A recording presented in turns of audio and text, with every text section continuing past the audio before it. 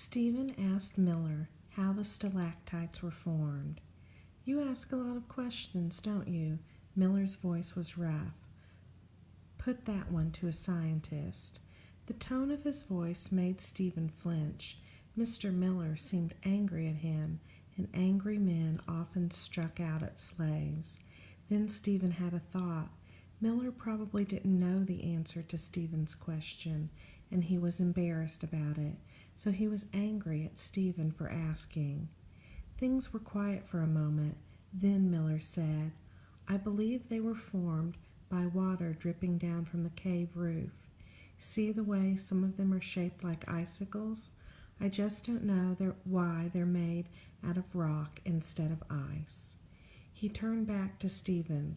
"We'll likely have a scientist or two visiting here this summer," he said. "Why don't you ask one of them? Then you'll know what to answer when somebody asks you how they're formed." Stephen thought that was an excellent idea. He wanted to learn everything he could about the cave. Miller didn't seem to be a bad fellow. He did not yell at Stephen like some white men yelled at slaves.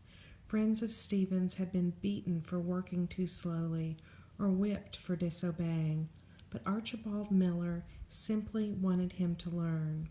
He showed Stephen how to make one of the biggest stalactites ring like a bell by banging it with a stone. The gonging sounded spooky and hollow in the dark passageway. Next came the register room, where earlier travelers had used candles tied onto sticks to burn dates, initials, and even crude drawings onto the roof of the cave.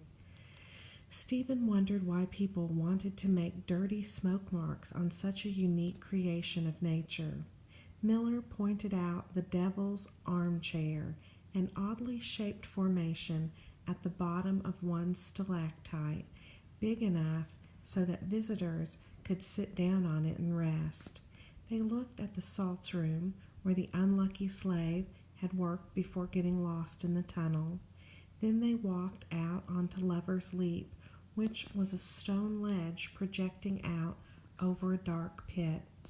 Miller held his lantern out over the darkness. Stephen could barely see the bottom of the pit. "Nobody has ever been so desperate about his lady love that he decided to jump here," Miller told him. Stephen could understand why. Stalagmites grew up from the ground below like quills on a porcupine's back. Then he noticed a steep slope at the left edge of the pit. Boot prints showed in the damp earth. "Yep, that's the way to the lower level," Miller said. "Down there are the Devil's Elbow, a couple of domes and pits, and a spring. But it's a tough trail down. Let's eat first." They each found a chunk of rock to perch on. Stephen handed the lunch basket to Miller. Now that he was sitting still, Stephen could feel the coolness of the cave air. While he ate, he thought about everything he had seen: stone trees, an underground church, a winter home for bats, a tunnel upon tunnel upon tunnel. His head felt full of wonderful sights.